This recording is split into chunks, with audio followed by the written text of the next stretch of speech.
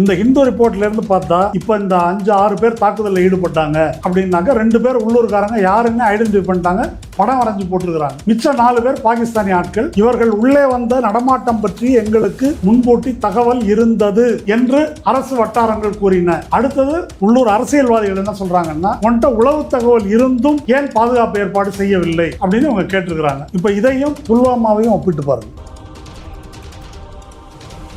Tribes பார்வையாளர்களுக்கு வணக்கம்.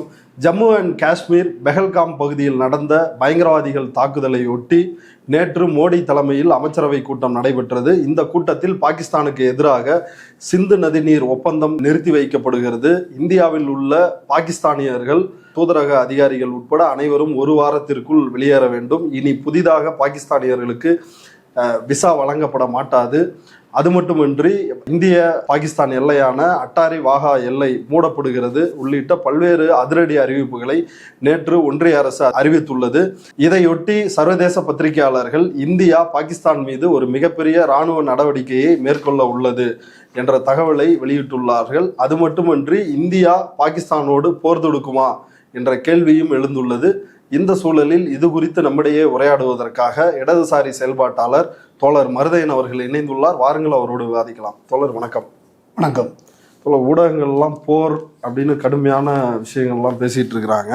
இந்த விவகாரத்தை ஒட்டி பிசிக தலைவர் திருமாவளவன், உள்துறை அமைச்சர் அமித்ஷா தான் இதுக்கு பொறுப்பு, உளவுத்துறை தோல்வி அடைந்துள்ளது, அதனால அவர் ராஜினாமா செய்ய வேண்டும் அப்படின்னு ஒரு விஷயத்த பேசுறாரு. அதை ஒட்டி பாண்டே ஒரு கருத்தை சொல்லிருக்கிறாரு. இப்போ இதுக்கு உள்துறை அமைச்சர் அமித்ஷா ராஜினாமா பண்ணோம்னா, கள்ளக்குறிச்சியில் செத்து போனாங்களே, போய் சின்னதுரைய நாங்குநேரியில் வெட்டினாங்களே, அதுக்கெல்லாம் ராஜினாமா பண்ணிட்டாங்களா அப்படின்ற ஒரு கேள்வி எழுப்புறாரு. ஆனால் இன்னொரு தரப்பு, பாஜக எதிர்த்தரப்பு எல்லாருமே ராஜினாமா கேட்குறாங்க சமூக வலைதளங்களில். நீங்கள் என்ன கருதுறீங்க? இல்லை, ராஜினாமா வேண்டாம் என்ற பிரச்சனை இருக்கட்டும். முதல்ல நீங்கள் குறிப்பிட்டது போல ஒரு போர் அபாய சூழல் நிலவுது. நான் இப்போ நியூயார்க் டைம்ஸ் பார்த்தேன். அதில் பாகிஸ்தான் பேஸ்டு செக்யூரிட்டி அனலிஸ்ட் அவரை மேற்கோள் காட்டி நியூயார்க் டைம்ஸ் நிருபர் என்ன சொல்கிறாருன்னா, Indian escalation already began last night and it will be at a bigger scale than 2019. 2019 காட்டிலும் ஒரு பெரிய அளவில் இருக்கும் என்று சையத் முகமது அலின்னு செக்யூரிட்டி அனலிஸ்ட் சொன்னார் அப்படின்னு நியூயார்க் டைம்ஸ் அதை குறிப்பிட்டு எழுதுது. வேறு பல ஊடகங்களும் சர்வதேச ஊடகங்களும் அதை எதிர்பார்த்து சொல்கிறாங்க. இப்படி ஒரு போர் பதற்றம் உருவாகி இருக்கக்கூடிய சூழலில் இந்த விஷயத்தை நிதானத்தோடும் மக்கள் நலன் அப்படின்றத மனதில் கொண்டும் இதை நம்ம பரிசீலிக்கணும் அப்படின்றது நம்ம பொதுவாக இந்த பிரச்சனையை பற்றி கவலைப்படுகின்ற, அக்கறைப்படுகின்ற எல்லோருக்கும் என்னுடைய வேண்டுகோள். அடுத்து நீங்கள் கேட்ட கேள்விக்கு பாண்டே என்ன சொல்கிறாரு? பாண்டே நீங்கள் கள்ளக்குறிச்சிக்கு ராஜினாமா பண்ணிட்டீங்களா? நாங்குநேரி சின்னதுரை இல்லை, இப்போது கள்ளக்குறிச்சியோ நாங்குநேரியோ இல்லை யாராவது 2 சொந்தக்காரன் மாமன் மச்சான் வெட்டிக்கிட்டாலோ ஸ்டாலின் என்ன செய்கிறார், சட்டம் ஒழுங்கு சீர்குலைந்து விட்டது அப்படின்றது ரெகுலராக. அமித்ஷா இங்கே பிஜேபிக்காரன் யார் வந்தாலும் சட்டம் ஒழுங்கு சீர்குலைந்து விட்டது, ஒன்றிய அரசே தலையிட்டு ஆட்சியை கலைக்கணும். ஆமாம், அதாவது ஒரு திருக்குறள் சொல்கிறதும் அடுத்தது சட்டம் ஒழுங்கு சீர்குலைந்து விட்டது அப்படின்னு சொல்கிறதும் இவங்களுக்கு ஒரு வழக்கமாக இருக்குது. இப்போது அது என்ன வேணால் சொல்லட்டும், நடந்திருக்கிறது என்ன என்பதை நாம் பிஜேபி எதிர்ப்பாளர்களுக்கு நாம் இப்போ பேசலை. பிஜேபி ஆதரவாளர்கள், மோடி பக்தர்களுக்கு சில கேள்விகள் இருக்குது. இப்போ நடந்திருக்கிற இடம் பெஹல்காம் நகருக்கு 5 கிலோமீட்டர் தூரத்தில் உள்ள இடம். சுற்றிலும் மலை சூழ்ந்த ஒரு பள்ளத்தாக்கு, பைன் மரங்கள் அடர்த்தியாக இருக்கிற இடம். அது ட்ரெக்கிங்க்கு போகிற இடம். நடுவில் ஒரு அழகான புல்வெளி, பெரிய புல்வெளி, 1000 பேருக்கு 1000க்கும் மேற்பட்டவர்கள் எளிமையாக கூடுவதற்கு பொருத்தமான ஒரு புல்வெளி, மிக முக்கியமான ஒரு டூரிஸ்ட் ஸ்பாட்டு. அந்த இடத்த மட்டும் நம்பி அந்த ஊரில் இந்த போனின்னு இந்த சின்ன குதிரை, மட்ட குதிரை, அதை வைத்து கொண்டு தான் அங்கே ஏற முடியும், வேறு வாகனம் போக முடியாது. அதை வச்சு பிழைக்கிற 1000 குடும்பம் இருக்குது அங்கே. ஒரு நாளைக்கு 500 ரூபா 600 ரூபா இதான் அவங்களுடைய சம்பாத்தியம். சரி, இது ஒன்று. அப்படி ஒரு முக்கியமான ஒரு டூரிஸ்ட் ஸ்பாட். ரெண்டாவது, அந்த பெஹல்காமோட ஒரு குட்டி ஸ்விட்சர்லாந்து அப்படின்னு சொல்கிறாங்க. பெஹல்காம் அமர்நாத் யாத்திரை போகிறாங்க இல்லையா, அந்த பாதையில் இருக்குது. அமர்நாத் யாத்திரைன்றது ஜூலை ஆகஸ்ட் மாதங்களில் ஒரு 38 நாள் நடக்கும். அந்த அமர்நாத் பனிலிங்கம் அந்த பீரியடில் தான் உருவாகும். அந்த பனிலிங்கத்தை யார் கண்டுபிடிச்சாங்கன்னா ஒரு முஸ்லீம் தான் கண்டுபிடிச்சாரு. அது ஒரு முஸ்லீம் ஆடு மேய்ப்பவர், அவர் தான் கண்டுபிடிச்சாரு. ரொம்ப நாளைக்கு அந்த அமர்நாத் கோவிலுக்கு ட்ரஸ்டியாக முஸ்லீம்கள் தான் இருந்தாங்க. அப்படி கண்டுபிடிச்சதுனால அதுக்கு நன்றி தெரிவிக்கும் முகமாக அப்படி வச்சுருந்தாங்க. இப்போ எப்படி இருக்குன்னு எனக்கு தெரியல. அந்த அமர்நாத் யாத்திரை இந்த பெஹல்காம் வழியாக தான் வந்து போகுது. அமர்நாத் யாத்திரை போகிறதுக்கு ஹஜ் யாத்திரைக்கு முன்னால் பதிவு பண்ணுறாங்க இல்லையா, அந்த மாதிரி அமர்நாத் யாத்திரைக்கும் பதிவு பண்ணணும். ஒரு நாளைக்கு 15,000 பேர் தான் அனுமதிப்பாங்க. ஏப்ரலில் பதிவு ஆரம்பமாயிடுச்சு. அப்போது போன வருஷம் மட்டும் ஒரு 3,60,000 பேர் போயிருக்கிறாங்க. இப்போ இந்த கதையெல்லாம் நான் எதுக்கு சொல்கிறேன்னா, இந்துக்களுக்கு அவ்வளவு முக்கியமான இடம் இது. வந்து இந்துக்களுடைய அரசாங்கம். மோடி யார்? இந்து ஹிருதய சாம்ராட், 56 இன்ச்சு. அப்போது அவர் காஷ்மீரில் அமைதியை நிலைநாட்டியிருக்காரு. அவர் பேச்சை நம்பி டூரிஸ்டுகள், புதுசாக கல்யாணமானவர்கள் அந்த கதையெல்லாம் படித்தா ரொம்ப வைத்தறிச்சலாக இருக்குது. அப்படி திருமணமாகி தேனிலவுக்கு போயிருக்கிறாங்க. ஒரு சிலர் வந்து பையன் எக்ஸாமில் பாஸ் பண்ணிட்டான் அப்படின்னா அதை கொண்டாடுறதுக்கு வந்து கூட்டின்னு போயிருக்கிறாங்க. இந்த மாதிரி துயரங்கள்லாம் நடந்திருக்குது.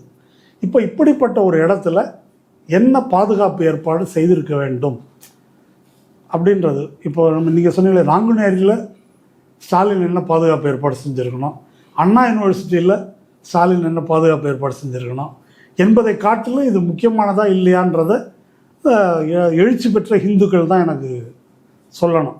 இந்த மாதிரி ஒரு இடம் அது. இந்த மாதிரி ஒரு இடத்துல ஒரு போலீஸ்காரன் கூட இல்லை. அந்த ஜம்மு யூனிவர்சிட்டியினுடைய ஃபார்மர் வைஸ் சான்சலர் அமிதாப் மாட்டுன்றவர் கட்டுரை எழுதியிருக்காரு. இன்றைக்கி என்ன எழுதியிருக்காருன்னா, இப்படிப்பட்ட இடம் ஒரு செக்யூரிட்டி கூட இல்லை, இந்த ட்ரோன்லாம் வச்சுருக்கீங்களே என்ன பிடுங்கிறதுக்கு வச்சுருக்கீங்கன்னு கேட்டிருக்காங்க. மேலே 4 ட்ரோனை சுத்த விட்டால் இதை கண்டுபிடிச்சிருக்கலாம்ல. அங்கே நேற்று இப்போ இறந்தவர் அந்த 28 பேரில் ஒரு குடும்பத்தினர் வந்து பேசியிருக்கிறாங்க. அவரோட சகோதரரை துப்பாக்கி சூடுல பாதிக்கப்பட்டிருக்கிறாரு. 1.5 மணி நேரம் வரைக்கும் வந்து எனக்கு எந்த உதவியும் வந்து கிடைக்கல அப்படின்னு. ஆமாம். அப்போது இது என்ன, இந்த பாதுகாப்பு குறைபாடு இருக்கு இல்லையா, இது வந்து இவங்களுடைய திறமையின்மையா இல்லை வேறு ஏதாவதா அப்படின்னு ஒரு சந்தேகம் வருதா இல்லையா? நீங்கள் அண்ணா யூனிவர்சிட்டியில் யார் அந்த சார் அப்படின்னு கேட்குறாங்க. இப்போ இப்படி நடந்துருக்குது, இதில் உங்களுக்கு சந்தேகம் வரலையான்றது என்னுடைய ஏங்க, விஜய்க்கு Y+ செக்யூரிட்டி, அண்ணாமலைக்கு Z+, கங்கனா ரணாவத்துக்கு பாதுகாப்பு. அப்போ இவங்கெல்லாம் தேசத்துக்கு ரொம்ப முக்கியமான ஆளுங்க, இவங்கெல்லாம் தேவையில்லாமல் பிறந்தவங்களான்னு நான் கேட்குறேன். கவுண்டமணி கேட்ட மாதிரி தான் இது இருக்குது. இப்போ போனவன்லாம் தேவையில்லாமல் பிறந்தவனா, உன்னை நம்பியில் போயிருக்கிறான். காஷ்மீரில் சகஜ நிலை திரும்பி விட்டது அப்படின்னு சொல்லி கோடிக்கணக்கான பேர் டூரிஸ்டுகள் வராங்கன்னு சொல்கிறேன். ஆனால் அந்த பாதுகாப்பு ஏற்பாடுன்றது இப்படி இருக்கும்போது இந்த கேள்வியை ஏன் கேட்கக்கூடாது? இங்கே தான் பாண்டே வந்து முக்கியமான ஒரு இடத்துக்கு வர்றாரு. இந்தியாவிலேயே அதிகமான இராணுவத்தை அங்கே குவிச்சு வச்சுருக்கிறாங்க, எந்நேரமும் துப்பாக்கி முனையில் அந்த மக்களை வச்சுருக்கிறாங்க. இப்படியெல்லாம் வந்து பிரச்சாரம் பண்ணுறீங்க, மக்கள் சுதந்திரமாக இருக்கட்டும் அப்படின்றதுனால தான் அங்கே வந்து ஆட்கள் இல்லை. அப்படி இருக்கும் பொழுது நீங்கள் எப்படி விமர்சிக்கலாமா அப்படின்னு கேட்குறாரு. இப்போ விஜயும் அண்ணாமலையும் சுதந்திரமாக இருக்கக்கூடாதுன்றதுக்காக தான் ஆள் போட்டிருக்கிறாங்களா? பாதுகாப்பு போலீஸ் போட வேண்டியதானே, ஒன்று யார் ராணுவம் போலீஸ் போடலாம்ல. இப்போ அவர் கேட்குறாரு, விசி கேட்குறாருல்ல, ஒரு 4 ட்ரோன் அங்கே போட்டால் என்னன்னு கேட்குறாருல்ல. 2000 பேர் கூடி இருந்திருக்காங்க. ஆமாம். அப்போ இந்த கேள்விக்கு என்ன பதில்? உன் கையில் தான் இருக்குது நிர்வாகம். அங்கே தான் மாநில அரசு அதிகாரத்தெல்லாம் கலைச்சிட்டு எல்லாம் உங்கள் கையில் வச்சுருக்கிறீங்க. உங்கள் கையில் வச்சுட்டு நீங்கள் பண்ணது என்னன்றது தான் இப்போ கேள்வி. அப்போது இதை 2 கோணத்தில் அணுகணும். இல்லைங்க, அங்கே வந்து சகஜ நிலை வந்து திரும்பிருச்சு. அந்த சகஜ நிலை திரும்பியதனால் எளிய இலக்குகளாக சுற்றுலா பயணிகள் மீது இந்த தாக்குதல் வந்து நடத்தியிருக்காங்கன்னு தான் பாண்டே வந்து முன்வைக்கிறார். ஒரு வகையில் அவர் சொல்கிறத எப்படி பார்ப்போம். எளிய இலக்குகள் சுற்றுலா பயணிகள் அப்படின்ற ஹாஃப், அந்த பாதியில் எனக்கு வந்து கருத்து வேறுபாடு இல்லை. சகஜ நிலை திரும்பி விட்டதுன்றார் இல்லையா, அதில் தான் கருத்து வேறுபாடு இருக்கு. ஏன் சகஜ நிலை திரும்பலையா? இல்லை, சகஜ நிலை திரும்பி விட்டது. அவர் என்ன சொல்றாருன்னா, இப்போ 2019க்கு பிறகு 370 ரத்து செய்த பிறகு தேர்தலில் எவ்வளோ வாக்களிச்சிருக்கிறாங்க, நைட் ஷோ படத்துக்கு எவ்வளோ பேர் போகிறாங்க, இப்படி பல விஷயங்களை சொல்கிறாரு. இதெல்லாம் நான் டேட்டாவாக தர முடியும் உங்களுக்கு, அதனால சகஜ நிலை வந்துருச்சுன்னு வாதாடுறாரு. அதாங்க, ஒரு சகஜ நிலை திரும்பி விட்டதுன்றதை எப்படி மதிப்பிடுவது அப்படின்னு ஒன்று இருக்குது. அரசாங்கம் மிக முக்கியமாக சகஜ நிலை திரும்பி விட்டதுன்றதை எப்படி சொல்லுதுன்னா, டூரிஸ்டுகள் எவ்வளோ பேர் வராங்க. அப்போது இப்போ தமிழ்நாட்டுக்கு டூரிஸ்டுகள் எவ்வளோ பேர் வராங்க அப்படின்றத வச்சு சகஜ நிலை, லா அண்ட் ஆர்டர் நல்லா இருக்குன்னு சொல்லலாம்ல. அப்படி இப்படி சொல்ல முடியும். அவன் நாங்குநேரில் வெட்டிட்டானோன்னு எது கத்துறீங்க?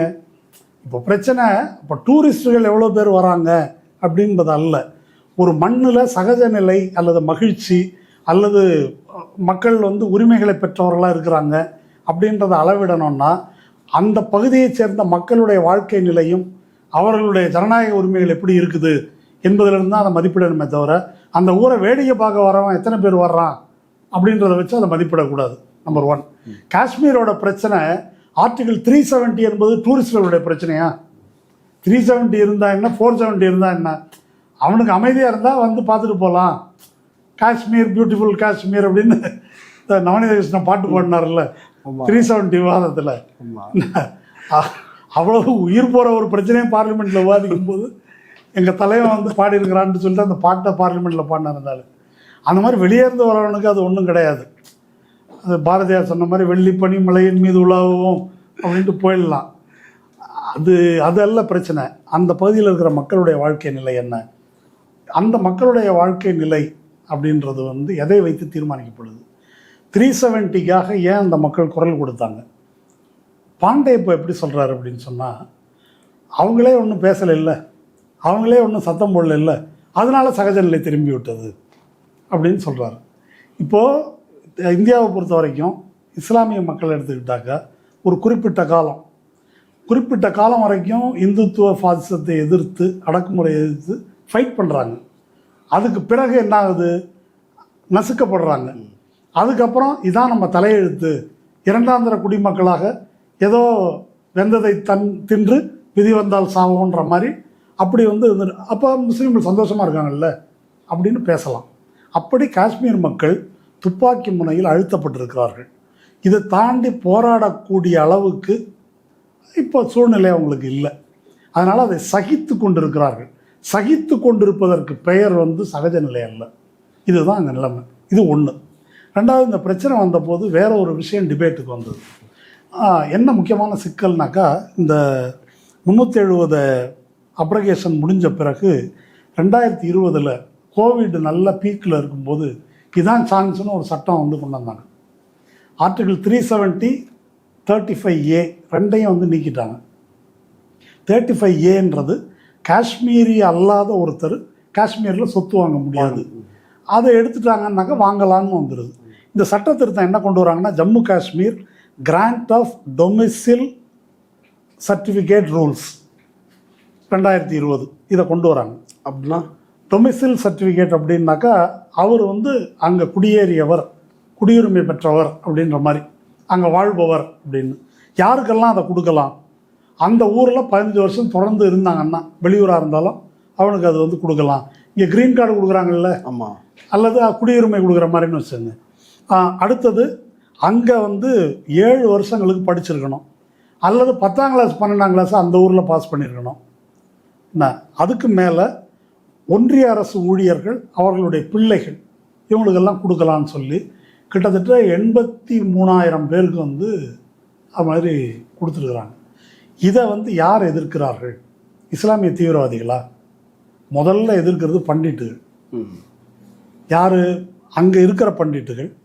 காஷ்மீர் பள்ளத்தாக்கிலிருந்து வெளியேறிய, காஷ்மீர் ஃபைல்ஸ் எடுத்தாங்கல்ல, குடியேற முடியலன்னு அவங்க என்ன சொல்கிறாங்க, அது ஒரு சங்கம் வச்சுருக்கிறாங்க. அவர் சதீஷ் மஹல்தார்னு பேர். Reconciliation, relief, rehabilitation of migrant Pandits, இதுக்கான ஒரு அமைப்பு. அவர் வந்து எங்களை குடியேற்றி எங்களுக்கு சகஜ நிலை பண்ணுனாக்கா, நீ எவனையெல்லாம் குடியேற்றி சொத்து வாங்கி கொடுத்துட்ருக்குற, என்னடா நினச்சிட்டு இருக்கிறீங்க அப்படின்னு பண்டிட்டுகள் வந்து எதிர்ப்பு தெரிவிக்கிறாங்க.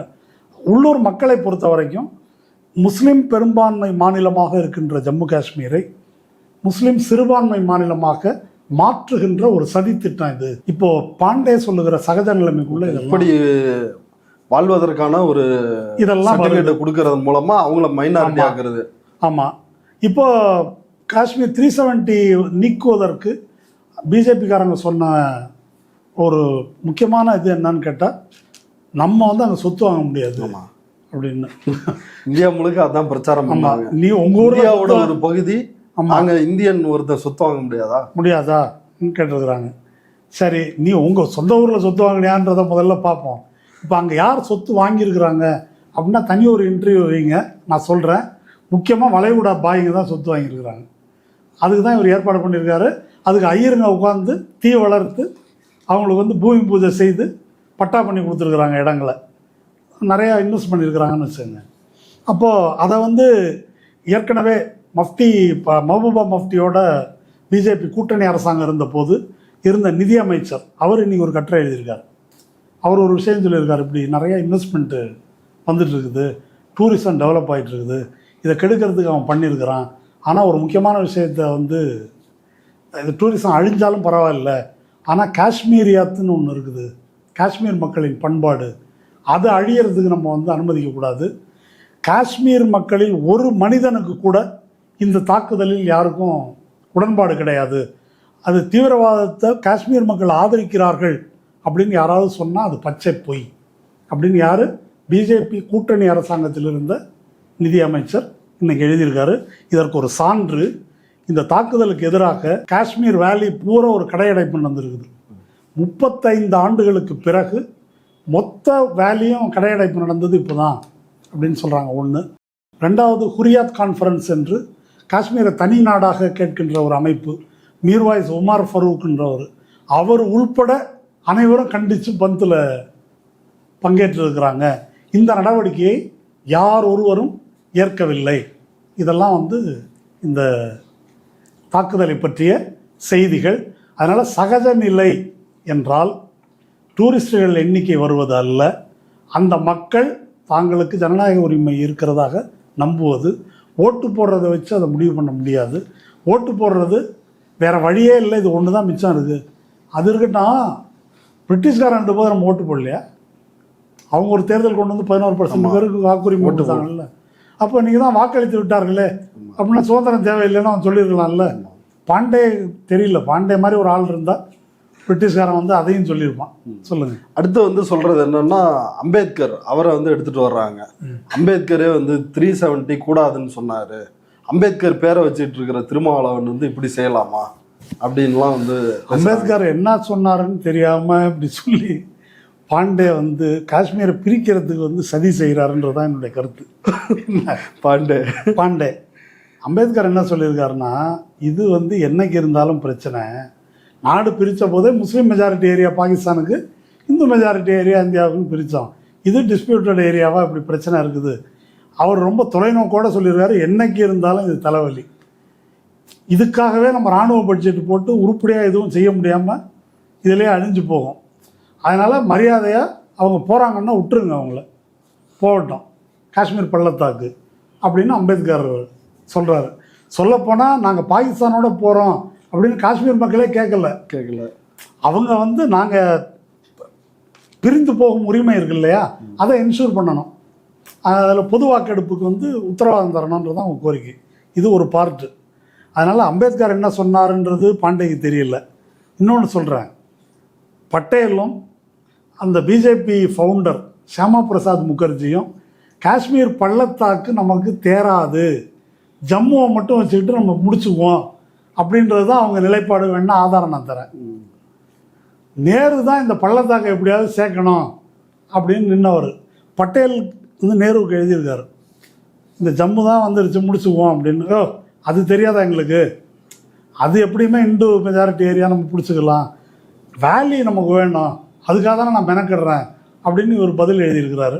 இதெல்லாம் பாண்டே படித்தாரான்னு தெரில. இது மட்டுமல்ல, 370 ஷியாமா பிரசாத் முகர்ஜி ஒப்புக்கொண்டார். இதெல்லாம் வரலாற்று உண்மைகள்.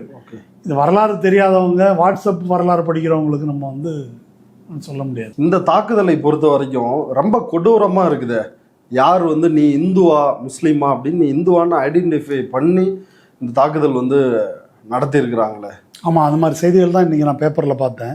நேற்று கூட அது ஒரு வகையில் வதந்தியாக இருக்குமோ, ஆதாரமற்ற செய்தியாக இருக்குமோன்னு வந்து நினச்சேன் நான். ஆனால் இன்றைக்கி வந்து அந்த சர்வைவர்ஸ் இருக்கிறாங்க இல்லையா, பெண்கள் கூட இருந்தவங்க, அவங்க வந்து பல இடங்கள்லேருந்து பல மாநிலங்கள்லேருந்து போனவங்க, அந்த மாதிரி ஒரு 10 பேர் 15 பேராக வந்து கூட்டி வச்சு நீ என்ன மதம் அப்படின்னு வந்து கேட்டு தான் கொலை செய்திருக்கிறார்கள் அப்படின்றத எல்லாருமே ஒரு மாதிரியாக உள்ளாடைகளை கழட்டி பார்த்தாங்கன்னு சொல்கிறாங்க. அப்படி ஆடைகளை அவிழ்த்து பார்த்தாங்களான்னு தெரியாது. ஆனால் கலீமா சொல்லு அப்படி முஸ்லீம்னு சொன்னவங்கள்ட்ட ஒரு அஸ்ஸாம் பேராசிரியர் அப்படி தப்பிச்சிருக்காரு. அவர் ஹிந்து தான், ஆனால் அவர் முஸ்லீம் வட்டாரத்தில் வசிக்கிறதுனால அவருக்கு தெரிஞ்சிருக்கு, அதை சொல்லி தப்பிச்சிருக்காரு. அது மாதிரி சொன்னவங்கள அப்படி சொல்ல சொல்லியிருக்கிறாங்க. அது என்ன செஞ்சாங்கன்றதை விட இந்த மாதிரி முஸ்லீமா இந்துவா அப்படின்னு பார்த்து அவங்க செஞ்சுருக்கிறாங்க, கொலை செய்திருக்கிறார்கள் அப்படின்றது ரொம்ப கொடூரமானது. அந்த ஒரு இஸ்லாமிய வெறியர்கள் தீவிரவாதிகளுடைய நடவடிக்கை என்பதில் எந்த சந்தேகமும் இல்லை, மாற்று இல்லை. ஆனால் இந்த இடத்துல ஒரு விஷயத்தை புரிஞ்சுக்கணும். இப்போ இது வந்து பயங்கரமாக ஹைலைட் பண்ணுறாங்க, இந்த செய்திகளில் வந்திருக்குது. உண்மையை வந்தாக்க உண்மையை ஹைலைட் பண்ணுறது எனக்கு ஒன்றும் ஆட்சேபனை இல்லை. ஆனால் மோடி ஆட்சி செய்த இத்தனை ஆண்டுகளில் எத்தனை பேர், எத்தனை முஸ்லீம்கள், முஸ்லீம்னு தெரிஞ்சும் ஜெய் ஸ்ரீராம் சொல்லு என்று அடித்து கொல்லப்பட்டவர்களே ஒரு 15 பேர்கிட்ட இருக்கும். சரியான கணக்கு என்கிட்ட இல்லை. நூற்றுக்கணக்கானவர்கள் இப்படி தாக்கப்பட்டிருக்கிறார்கள் அப்படின்றது நிச்சயமாக சொல்லலாம். ஒரு கிட்டத்தட்ட 15 பேர் கொல்லப்பட்டிருக்கிறாங்க சொல்ல மறுத்ததுக்காக. இது வந்து நடந்திருக்குது. ஒரு ட்ரெயின் கம்பார்ட்மெண்ட்டுக்குள்ளே நுழைஞ்சு எதுவும் பேசாமல் ஒரு ஆர்பிஎஃப், ரயில்வே ப்ரொடெக்ஷன் ஃபோர்ஸ், பயணிகளை பாதுகாக்க வேண்டிய பொறுப்பில் இருக்கிற ஒரு நபர் தாடியும் தொப்பியும் வச்சுருந்தாங்கன்றதுக்காக கண்ணை மூடிட்டு வந்து சுட்டு தள்ளினதை பார்க்குறோம். இப்போது எனக்கு ஒரு கேள்வி இருக்குங்க. இந்த மாதிரி கொல்லப்பட்டவர்களுடைய குடும்பம், தாக்கப்பட்டவர்களுடைய குடும்பம், இந்த ட்ரெயினில் இது மாதிரி 3 பேர் கொல்லப்பட்டாங்க இல்லையா முஸ்லீம்கள், அவங்க ஃபேமிலியோடைய கண்ணீர் கதை, இதெல்லாம் நீங்கள் படிச்சிருக்கீங்களா? எப்போது படிச்சிருக்கீங்களா? நான் படிக்கலை. இப்போ எல்லாம் விரிவாக வருது. முதலிரவுக்கு போனார், அவர் ஒரு நேவல் ஆஃபீஸர் இப்படி ஆகிட்டார், ஸ்டூடெண்ட் இப்படி போனாங்க அப்படி ஆயிடுச்சு, இப்படி ஒவ்வொரு இடத்துல இருந்தும் கண்ணீர் கதைகள் எழுதுகிறாங்க. அது ஏன் அவங்கெல்லாம் மனிதர்கள் இல்லையா? அவங்களுடைய கதைகள் ஏன் வர்றதில்லை? அப்போ திட்டமிட்டு என்ன நடக்குது அப்படின்னு சொன்னாக்கா, ஒரு இந்து பாதிக்கப்பட்டால் மட்டும்தான் அவர் தான் மனிதர்கள் போலவும், இவங்கெல்லாம் மனிதர்களே இல்லை போலவும். இப்போ பாலஸ்தீனில் நடக்கிற மாதிரி தான் யூதர்கள், கடத்தப்பட்ட யூதர்கள் இருக்காங்கல்ல, அவங்க தான் மனிதர்கள். ஆனால் ஆயிரக்கணக்கில் கொல்லப்படும் பாலஸ்தீனியர்கள் வந்து மனிதர்களே அல்ல, மனிதர்கள் இல்லைன்னே சொல்கிறாங்க. அவங்க ஒரு அரை மிருகங்கள்னு சொல்கிறாங்க. அந்த மாதிரி ஒரு மனோபாவத்தை உருவாக்குறாங்க. மற்றபடி ஆடைகளை களைந்து பார்ப்பது அப்படின்றது சொல்லியிருக்காங்கல்ல, இவங்க பார்த்தாங்கன்னு. இவங்க பார்த்தாங்களா இல்லையான்னு எனக்கு தெரியல. ஆனால் பாபர் மசூதி இடிப்பை தொடர்ந்து மும்பையில் நடைபெற்ற கலவரம், மணிரத்னம் ஒரு டுபாகூர் படம் எடுத்தார், பம்பாய் அப்படின்னு வரலாற்றை திரிச்சு. அந்த இன்சிடெண்ட்டில் தாராவி உள்ளிட்ட ஒரு 3-4 பகுதிகளில் முஸ்லீம்கள் திக்கா வாழக்கூடிய அந்த பகுதிகளில் ட்ரெஸ்ஸை கழட்ட சொல்லி இந்த சர்க்கம்சிஷன் என்ற சுன்னத் செய்திருக்கிறார்களா என்று பார்த்து கொலை செய்யப்பட்டார்கள் என்பது பல பத்திரிகைகளில் ரிப்போர்ட் ஆகிருக்கு. பத்திரிகை மட்டும் இல்லை, அதை விசாரித்த ஸ்ரீகிருஷ்ணா கமிஷன், ஜுடிஷியல் கமிஷன், அந்த கமிஷன் வந்து ரெக்கார்ட் பண்ணியிருக்கு இந்த கொலை எப்படி நடந்திருக்குன்னு. அதில் இன்னொரு செய்தியும் சொல்கிறேன், நான் படித்த நினைவில் இருந்து. ஒரு இந்து வந்து மருத்துவ காரணங்களுக்காக அது மாதிரி பண்ணியிருக்காரு. அவர் வந்து நான் இந்துன்னு கதறியும் கண்டுகளில் போட்டு தள்ளிட்டாங்க. என்ன இதெல்லாம் அப்போ நடந்தது. அதனால் என்ன புரிஞ்சுக்கணும் அப்படின்னு சொன்னால், ஆர்எஸ்எஸ் என்ன செய்கிறதோ இங்கே இந்து வெறியர்களாக அந்த வேலையை வந்து அவர்கள் செய்திருக்கிறார்கள். இவங்கெல்லாம் ஏதோ புனிதர்கள் போலவும் யோக்கியர்கள் போலவும் உத்தமர்கள் போலவும் அவங்க தான் வெறியர்கள் வந்து இறங்கிட்டாங்க என்று கருத வேண்டாம் அப்படின்றது தான் நம்ம புரிஞ்சுக்கணும். இதில் ஒரு செய்தியை விட்டுட்டேன். முலாயம் இவர் நம்ம அகிலேஷ் யாதவ் அவரும் அறிக்கை விட்டுருந்தார். இந்த மாதிரி ஒரு துயரமான சம்பவம், கொடூரமான சம்பவம் நடந்திருக்கும் போது அதை கொச்சைப்படுத்துகிற மாதிரி இந்த மாதிரி சில வேலையெல்லாம் செய்கிறாங்க சோஷியல் மீடியாவில்னு போட்டிருந்தார். என்ன சில வேலை அப்படின்னு கொஞ்சம் தேடி பார்த்தேன் நான். அது என்ன வேலைன்னா, சத்தீஸ்கர் பிஜேபியிலேருந்து சோஷியல் மீடியாவில் ஒரு போஸ்டர் போட்டிருக்காங்க, தரம் பூச்சா ஜாதி நகி யாத் ரக்கேங்கே. தரம் பூச்சா மதத்தை தான் கேட்டிருக்கிறான், ஜாதி நகி ஜாதியை கேட்கல, நினைவில் வைத்து கொள்ளுங்கள் அப்படின்னு போட்டிருக்கான். அவன் ஏன்டா ஜாதியை கேட்குறான்? அவனுக்கு மதவெறியும் மதம் தான் தெரியும், ஜாதி வரியும் நீ தான் இல்லையா? நீ இப்போ ஜாதியை கேட்க வேண்டிய ஆள் நீ இல்லை, இந்து தான் ஜாதி என்னன்னு கேட்டுக்குவான். அவன் எதுக்கு கேட்குறான்? அவன் மதம் தான் கேட்டிருக்கிறான். இதை வந்து போட்டிருக்கிறாங்க. அதுலேருந்து என்ன சொல்ல வராங்கன்னாக்கா, இந்து ஒற்றுமையை உருவாக்குறாங்களாம். என்ன இதெல்லாம் வந்து இப்போ பீகார் தேர்தல் வருது, சத்தீஸ்கரில் தானே போட்டிருக்கிறாங்க. ஆமாம், பீகார் தேர்தல் அடுத்தது வருது, இந்த பக்கம் பெங்கால் தேர்தல் வருது அடுத்த வருஷம். அதனால் இப்போது சாதி, ஓபிசி, எஸ்சி உரிமைகள் அதெல்லாம் ஜாதி வாரி கணக்கெடுப்புலாம் இல்லை, அதெல்லாம் இல்லை. இதை பாரு, ஜாதி நகி பூச்சா. அடுத்ததாக இந்த விஷயத்தில் வந்து பாகிஸ்தானோட பின்னணி இருக்கு அப்படின்றதான் வந்து பொதுவாக ஊடகங்களில் சொல்றாங்க. லக்ஷர் இ தொய்பா அவங்க தான் சப்போர்ட் பண்றாங்க, பாகிஸ்தானோட நேரடி கை இதில் இருக்குது அப்படின்றாங்க. இன்னொரு புறம் வந்து பாஜகவே வந்து ஒரு செட்டப் பண்ணி இதை பண்ணிட்டாங்க அப்படின்ற மாதிரி சொல்றாங்க. ஆனால் புல்வாமா மாதிரி இது வந்து நடந்திருக்கலாம் அப்படின்னு வந்து சொல்றாங்க. நீங்க என்ன கருதுறீங்க? இல்லை இல்லை, 2-3 கோணத்தில் வந்து பார்க்கணும். இப்போது இந்த சம்பவம் நடைபெற்றதை ஒட்டி அவங்க அந்த கிளைம் பண்ணியிருக்கிறாங்க. அது எவ்வளோ நம்பத்தக்கதுன்னு எனக்கு தெரியல. லஷ்கர் இ தொய்பாவினுடைய ஒரு அமைப்பு, த ரெசிஸ்டன்ஸ் ஃப்ரண்ட் அப்படின்னு சொல்லி அவங்க இதை ஓன் பண்ணியிருக்கிறாங்க அப்படின்னு சொல்கிறாங்க. பாகிஸ்தானுடைய டிஃபென்ஸ் மினிஸ்டர், பாகிஸ்தான் மீடியா, இவங்கெல்லாம் எங்களுக்கும் இதுக்கும் சம்மந்தம் இல்லை அப்படின்னு அவங்க சொல்கிறாங்க. ஆனால் இன்னும் ஒரு விஷயம் என்ன இருக்குன்னா, பாகிஸ்தானுடைய இராணுவ general army chief Asim Munir அப்படின்ற நபர், அவர் வந்து ஏற்கனவே ஐஎஸ்ஐ அதனுடைய சீஃபாக இருந்தவர். அவர் வந்து ஒரு முழு மதவாதி. நான் ஒரு மேற்கோள் ஒன்று சொல்கிறேன், அதை யார் சொல்லியிருப்பாங்கன்னு நீங்கள் சொல்லுங்கள். ஆங்கிலத்திலே சொல்கிறேன், சொல்லுங்கள். Our religions are different, our customs are different, our traditions are different, our thoughts are different, our ambitions are different. We are two nations, we are not one. யாரு? கோல்வால்கரா ஹெட்கேவரா? அந்தூர் கோல்வால்கர். யாரு? இவர் தான் இந்த ஆசிம் முனீர். ஓ, அவரு ஏப்ரல் 15ஆம் தேதி வெளிநாட்டில் குடியேறிய பாகிஸ்தான், அவரும் மத அடிப்படைவாதி. இப்போ அதை மட்டும் சொல்லலை அவர். காஷ்மீர் எங்களுக்கு வந்து ஜுகுலார் வெயின்றது இங்கேருந்து மூளைக்கு ரத்தம் போகிற நரம்பு, ரத்த நாளம் அது அப்படின்னு சொல்லி, காஷ்மீர் அப்படி நாங்கள் பிணைக்கப்பட்டிருக்கிறோம் காஷ்மீரோட அப்படின்னு சொல்லி அவர் பேசியிருக்காரு. அதுக்கு இந்திய இராணுவ தளபதி பதில் கொடுத்துருக்காரு. அப்போது இவருடைய வேலையாக இருக்கலாம் அப்படின்னு சொல்கிறாங்க. இதில் ஒரு பாயிண்ட் என்ன புரிஞ்சுக்கணும் அப்படின்னு சொன்னாக்கா, இந்தியாவில் இன்னமும் தேர்ந்தெடுக்கப்பட்ட அரசியல் கட்சி, பிரதமர், இவங்களுடைய கட்டுப்பாட்டில் இராணுவம் இருக்குது. பாகிஸ்தானை பொறுத்த வரைக்கும் அப்படி இல்லை. பாகிஸ்தானில் எனக்கு தெரிஞ்சு ரொம்ப காலமாகவே, குறிப்பாக 1980 பாகிஸ்தான் இராணுவத்தை தனியாக வந்து அமெரிக்கா தனித்தனி இராணுவ தளபதியை மெயின்டைன் பண்ணுறாங்க, சின்ன வீடு மாதிரி. ஆமாம், அது வந்து ஆப்கானிஸ்தானில் இது பண்ணுறதுக்காக தீவிரவாத குழுக்கள், பின்லாடன் ஆப்ரேட் பண்ணுறது ஒரு குரூப்பு, தலிபானை இயக்கிறதுக்கு ஒரு குரூப்பு, அப்புறம் உள்நாட்டில் இது பண்ணிக்கிறதுக்கு ஒரு குரூப். அதனால தான் அடிக்கடி ஆட்சி கவிழ்ப்பு, திரும்ப இது வர்றது, இந்த கூத்து நடக்கிறத வந்து நம்ம பார்க்கலாம். அதனால் அந்த சிவிலியன் ரூலுக்கு இராணுவத்தின் மீது முழு கட்டுப்பாடு என்பது அங்கே கிடையாது. இராணுவம் ஒவ்வொரு கணமும் அரசு அதிகாரத்தை கைப்பற்றுவதற்காக அது காத்திருக்கிறது. அதனால் இவங்க கண்ட்ரோலில் இல்லை. இவங்க ஒருவேளை பாகிஸ்தானுடைய தேர்ந்தெடுக்கப்பட்ட அரசுக்கு இப்படிப்பட்ட நோக்கம் இல்லைன்னாலும் இராணுவம் இண்டிபெண்ட்டாக இது செய்வதற்கான வாய்ப்புகள் இருக்குது அப்படின்னு நம்ம சொல்லலாம். ஏன்னா இந்த சூழல் எப்படின்னு கேட்டாக்கா, இப்போ பாகிஸ்தானுடைய நிலைமை என்னன்னு பார்க்கணும்.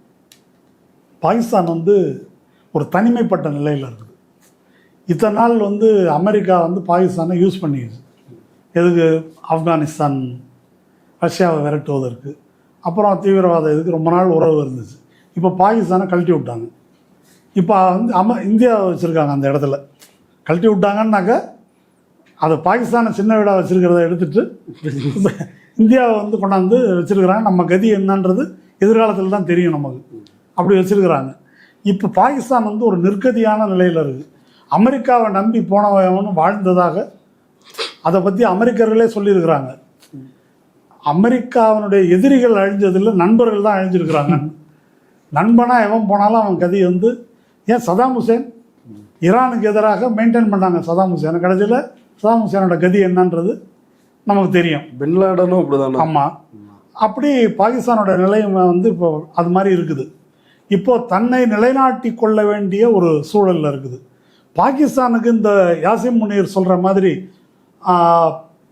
காஷ்மீர் மக்கள் மேலே ஏதாவது அக்கறை இருக்கா அப்படின்னா கடுகளவும் கிடையாது. அதை எளிய உதாரணத்தோடு தமிழ் மக்கள் புரிஞ்சுக்கணுன்னா ஒன்று சொல்லலாம். இந்தியாவுக்கு ஈழத்தமிழர்கள் மேலே எவ்வளோ அக்கறையோ அந்த அக்கறை தான் பாகிஸ்தானுக்கு காஷ்மீரிகள் மேலே. 83க்கு பிறகு புலிகள் இயக்கங்களுக்கெல்லாம் கொடுத்து வளர்த்தாங்க. கடைசியில் முள்ளிவாய்க்காலில் முடித்து வச்சதும் இந்திய ஆளும் வர்க்கம் தான் அதை முடித்து வைத்தது. அந்த மாதிரி அவங்களுக்கு பல்லு குத்துற குச்சி மாதிரி இது யார் காஷ்மீர் பிரச்சனையும் அந்த தீவிரவாதிகள் மிலிட்டன்ஸ் தயார் பண்ணி அனுப்புகிறாங்கல்ல, அது ஹிஸ்புல் முஜாஹிதீனோ லஷ்கர்-இ தொய்பாவோ ஜெய்ஷே முகமதோ என்ன பேர் இருந்தாலும் சரி, நீங்கள் அப்படியே பாருங்கள் அங்கே எவ்வளோ குரூப் மெயின்டைன் பண்ணாங்க இலங்கையில், அது மாதிரி தான் இங்கேயும் என்ன அப்படி தான் அது. அப்படி ஒரு குரூப்பை வந்து இப்போ அதில் என்ன விளைவு அப்படின்னு கேட்டாக்கா, இது மாதிரி இதில் வந்து காஷ்மீர் மக்களுடைய அவங்களுடைய சொந்த உரிமைக்கான போராட்டம் இந்த மாதிரி டிஸ்டார்ட் பண்ணப்பட்டது. அதில் அந்த மக்களே நொந்து போய் ஒரு என்ன செய்கிறது, ஒரு இந்த between the devil and the dead சீன்னு சொல்லுவாங்க ஆங்கிலத்தில், எண்ணெய் சட்டிக்கும் தீக்கும் இடையில்ன்ற மாதிரி வந்து சிக்கிக்கிட்டாங்க. இந்த பக்கம் இந்திய இராணுவம், இந்த பக்கம் பாகிஸ்தானால் ஆயுதம் தரப்பட்ட தீவிரவாதிகள், ரெண்டு பேருக்கும் தனித்தனி அஜெண்டா இருக்குது, நடுவில் இவங்க வந்து சிக்கிக்கிட்டாங்கன்ற மாதிரி அவங்களுடைய நிலைமை. அதனால் இதுதான் பாகிஸ்தானுடைய, அதனால் செய்திருப்பதற்கான வாய்ப்புகள் உண்டு, அதை வந்து நம்ம நிராகரிக்க முடியாது. ஆனால் அது ஒரு வாய்ப்பு மட்டுமே. ஏன் ஒரு வாய்ப்பு மட்டுமே அப்படின்னு அடக்கமாக நான் சொல்ல வேண்டியிருக்குன்னா, இன்னொரு வாய்ப்பு இருக்குது. என்ன வாய்ப்பு? அந்த இன்னொரு வாய்ப்பு தான் புல்வாமா.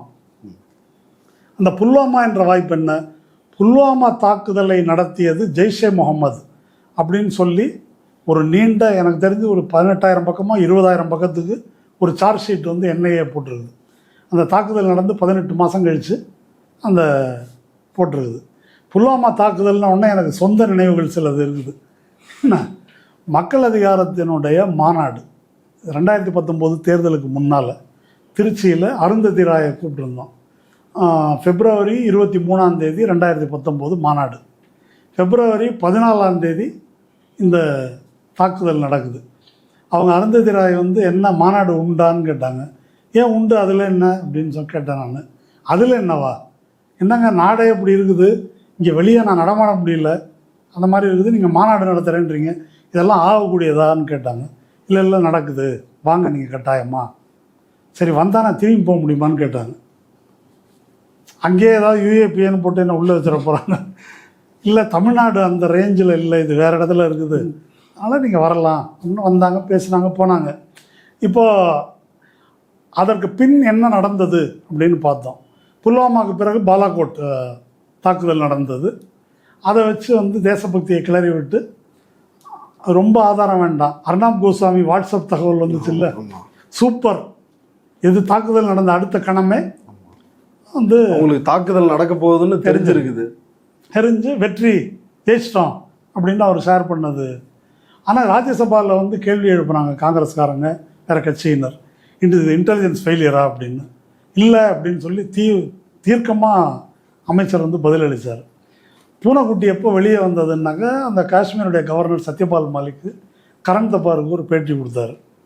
கவர்னர் இதிலேருந்து வெளியே வந்த பிறகு இந்த மாதிரி இன்டெலிஜென்ஸ் ஃபெயிலியரு, அவங்க வந்து விமானம் கேட்டாங்க, யார் துருப்புகளை 2500 துருப்புகள், அவங்களுக்கு ஒரு 3 பிளேன் கேட்டாங்க, பிளேன் இல்லைன்னு சொல்லிட்டாங்க. நம்ம அமைச்சகம், உள்துறை அமைச்சகம், பாதுகாப்பு அமைச்சகத்தில் அப்படி சொல்லிட்டாங்க. அந்த ஃபெயிலியர்னால தான் இந்த சாவு நடந்ததுன்னு நான் மோடிக்கிட்ட சொன்னேன். சுப்ரகோ அப்படின்னாரு, அவர் வாய முடிட்டு கம்முனர் அப்படின்னாரு. அஜித் தோவல்கிட்ட சொன்னேன், அவரும் அதே தான் சொன்னார். அதனால் இதை வச்சு தான் இவங்க ஜெயித்தாங்க அப்படின்னு அவர் சொன்னார். சரி, அவர் இப்படி சொல்லியிருக்காரு அப்படின்னோடனே என்ன சொன்னாங்கன்னாக்கா, அவனுக்கு கவர்னர் பதவி போயிடுச்சு அதனால தான் சொல்கிறான் அப்படின்ட்டு அவருக்கு ஒரு சிபிஐ ரெய்டு ஒன்று அனுப்பி விட்டாங்க. ஒரு 30 இடத்துல சொந்தக்காரன் மாமன் மச்சான் அத்தனை பேருக்கும் ரெய்டு. அதுக்கப்புறம் அவர் இல்லை, முடிஞ்சு போச்சு. இதை வந்து ஃப்ரண்ட்லைன் இதை வந்து எக்ஸ்போஸ் பண்ணியிருந்தாங்க. எங்கள்கிட்ட சோர்ஸஸ் இருக்குது, 11 இன்டெலிஜென்ஸ் ரிப்போர்ட் இதுக்கு முன்னால் வந்திருக்குது. அந்த தாக்குதல் நடக்கிறதுக்கு 24 மணி நேரத்துக்கு முன்னால் இந்த வாகனங்கள் செல்லும் பாதையில் இந்த மாதிரி ஐஇடி வந்து வெடிக்க போகுது அப்படின்னு சொல்லி தெளிவான இன்டெலிஜென்ஸ் ரிப்போர்ட்டே வந்து இருக்குது. அந்த ரெக்கார்டு எங்கள்கிட்ட இருக்குதுன்னு ஃப்ரண்ட்லைனில் எழுதியிருக்கிறாங்க. என்ன, இது எங்கள்கிட்ட இருக்குதுன்னு எழுதியிருக்கிறாங்க.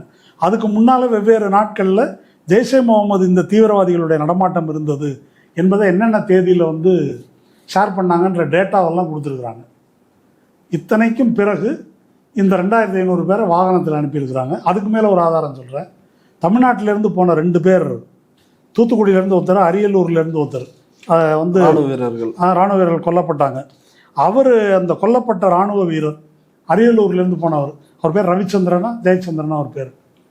அவர் வந்து ஒய்ஃபு கிட்ட வந்து இந்த தாக்குதலுக்கு கொஞ்சம் முன்னால் பேசினதா தினத்தந்தியில் ரிப்போர்ட் ஆகிருக்குது.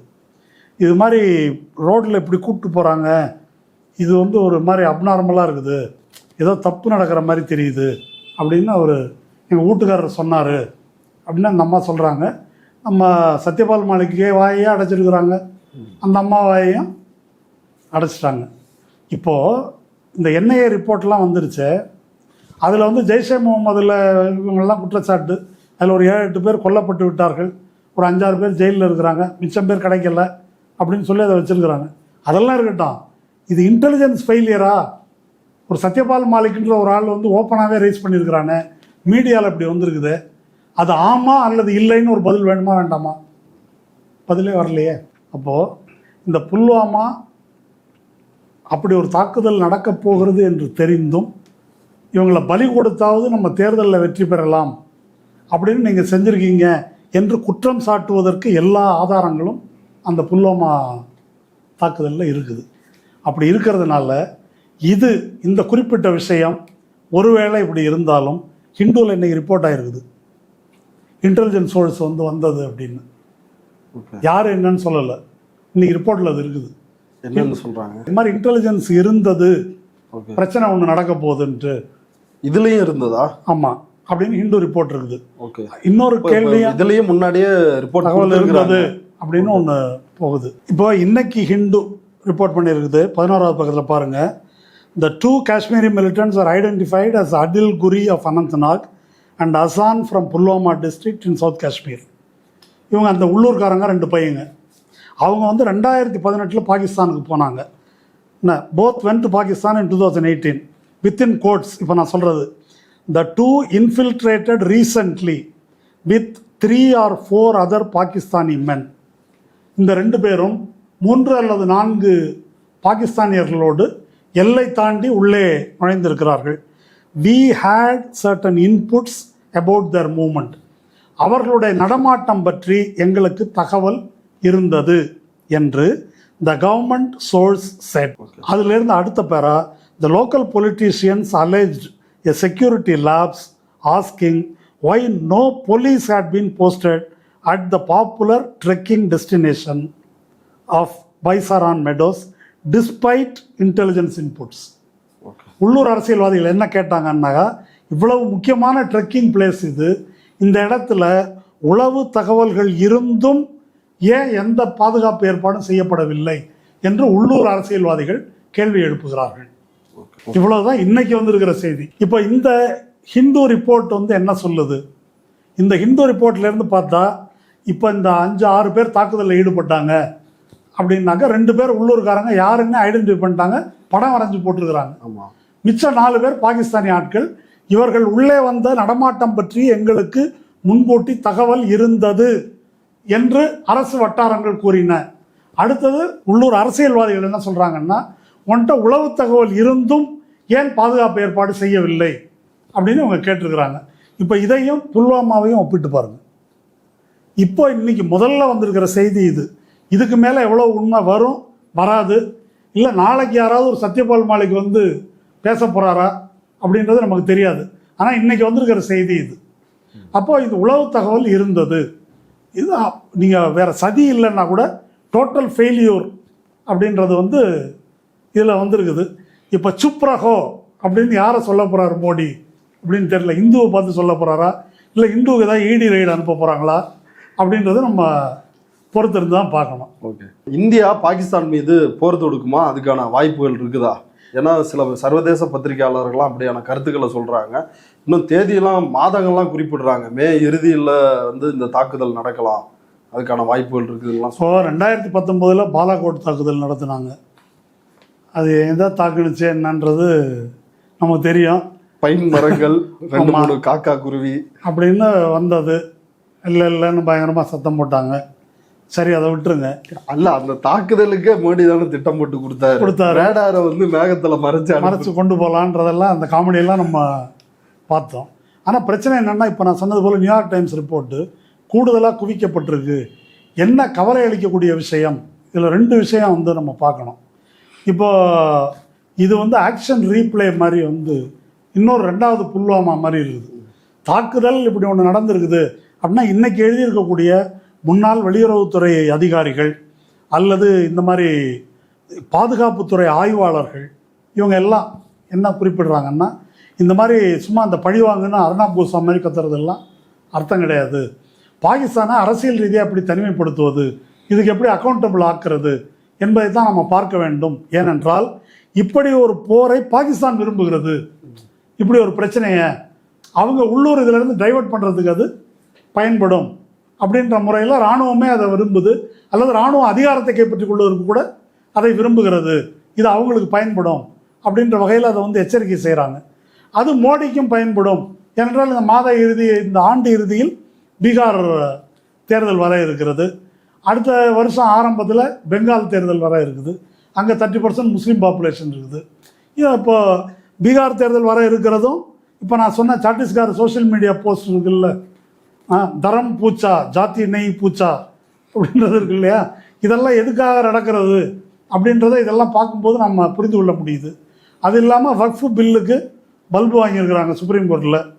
அப்போ ஒரு இதை வைத்து கொண்டு உள்ளூர் இஸ்லாமியர் இந்திய இஸ்லாமியர்களுக்கு எதிராக ஒரு உணர்வை கிளப்பி விடுவது, அதை வாக்காக மாற்றுவதற்கான முயற்சியில் இந்த அரசு ஈடுபடாது அப்படின்னு யாரும் நம்ப முடியாது. இல்லை, அதை தான் பண்ணிட்டு இருக்காங்க. சோசியல் மீடியாவில் அந்த தாக்குதல் நடந்த உடனே ஆடையை கழட்டி பார்த்தாங்க, இந்துவானா தேடி தேடி வந்து கொள்றாங்க, இந்துக்களுக்கு ஆபத்து. உத்தரகாண்ட்லன்னு நினைக்கிறேன், இப்போ செய்தியில பார்த்தேன், அங்க இருக்கிற காஷ்மீரி மாணவர்கள் யாரும் இங்க இருக்கக்கூடாது, படிக்கக்கூடாது, இது வந்து அப்போ நடந்தது. புல்வாமான் போது இதே தான் நடந்தது.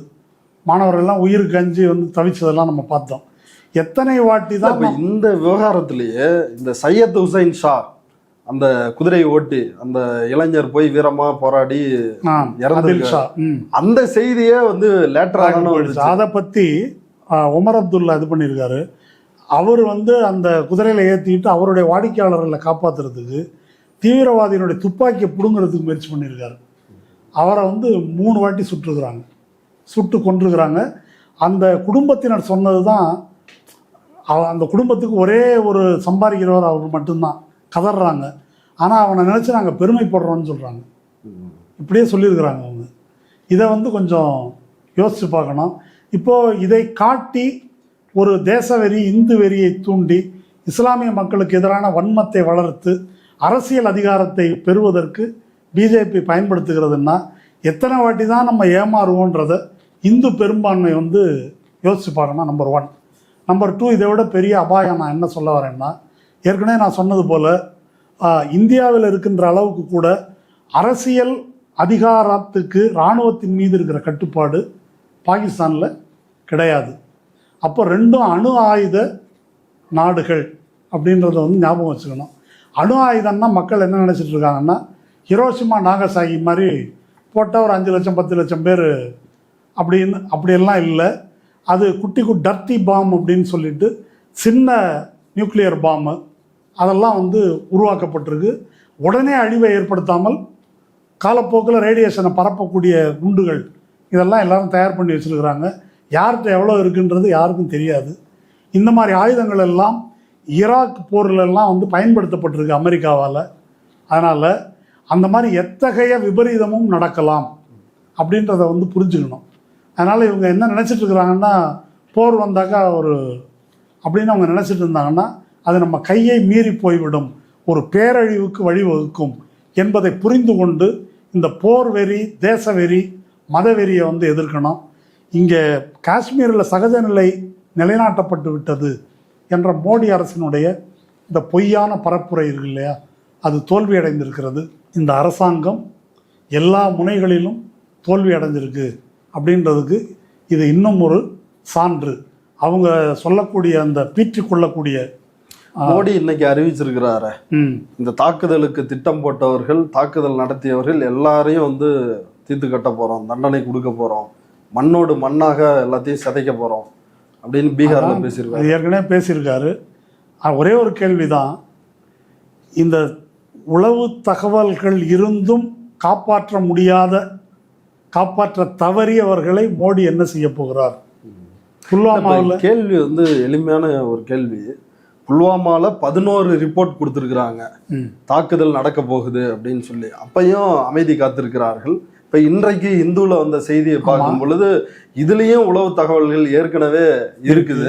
இப்படி இருக்கிறப்ப ஏன் அமைதியா இருக்க வேண்டிய காரணம் என்ன? நடக்கட்டும், இதை தேர்தலுக்கு பயன்படுத்துவோம், இந்து மதவெறி பிரச்சா அதானா? இல்ல இந்த செய்தி இப்ப இந்த வந்திருக்கு இல்லையா, இது ஏன் ஹெட்லைனா வரல? இது ஹெட்லைனா வந்திருந்தால் விவாதம் வேற மாதிரி இருக்கும். ஆனா இது வந்து உள்ளுக்குள்ள இருக்குது. நீங்க பூத கண்ணாடி வச்சு படிச்சு, ஓ இப்படி ஒன்று மேட்டர் இருக்குதா அப்படின்னு தெரிஞ்சுக்கிற மாதிரி இருக்குது. இல்லை, இதையாவது எழுதியிருக்கிறார்களேன்னு நினச்சிக்க வேண்டியது, அப்படி நினச்சிக்க வேண்டியதான். ஆனால் தலைப்பில் என்ன வந்திருக்கு, ஆடை விலைக்கு பார்த்தார்கள், இந்த மாதிரி கேட்டாங்க, களிமா சொல்ல சொன்னாங்க, இதெல்லாம் தான் வந்து மேலே வருது, அல்லது கண்ணீர் கதைகள் வருது. இப்படித்தான் நாம் தொடர்ந்து திசை திருப்பப்படுகிறோம். அதை புரிந்து கொள்ள வேண்டும். காஷ்மீர் மக்களுடைய துயரத்தை நம்ம வந்து புரிந்து கொள்ள வேண்டும். வேற ஒரு கோணத்தில் ஹிந்து பக்தர்களுடைய கோணத்தில் சொல்கிறதுன்னா, அமர்நாத் யாத்திரைக்கு போகிற பக்தர்களை பாதுகாக்க கூட துப்பு இல்லாத அரசாங்கமாக இந்த அரசாங்கம் இருக்கிறது. அமர்நாத் யாத்திரையில் சிவலிங்கத்தை கண்டுபிடித்தவர்கள் முதல் அந்த யாத்திரைக்கு முழுக்க முழுக்க பாதுகாப்பு ஏற்பாடும் பயணத்துக்கு உதவியாக வருபவர்களும் இஸ்லாமியர்கள் தான் பாரம்பரியமாக இன்று வரையில் என்பதை இந்துக்கள் புரிந்து கொண்டு இந்த இந்து வெறி முஸ்லீம் வெறுப்புக்கு ஆளாகக்கூடாது என்பது என்னுடைய கோரிக்கை. ஓகே தோழர், இவ்வளவு நேரம் நம்முடைய பார்வையாளர்களுக்காக பல்வேறு முக்கிய விவகாரங்கள் குறித்து பேசியதற்கு மிக்க நன்றி தோழர். நன்றி.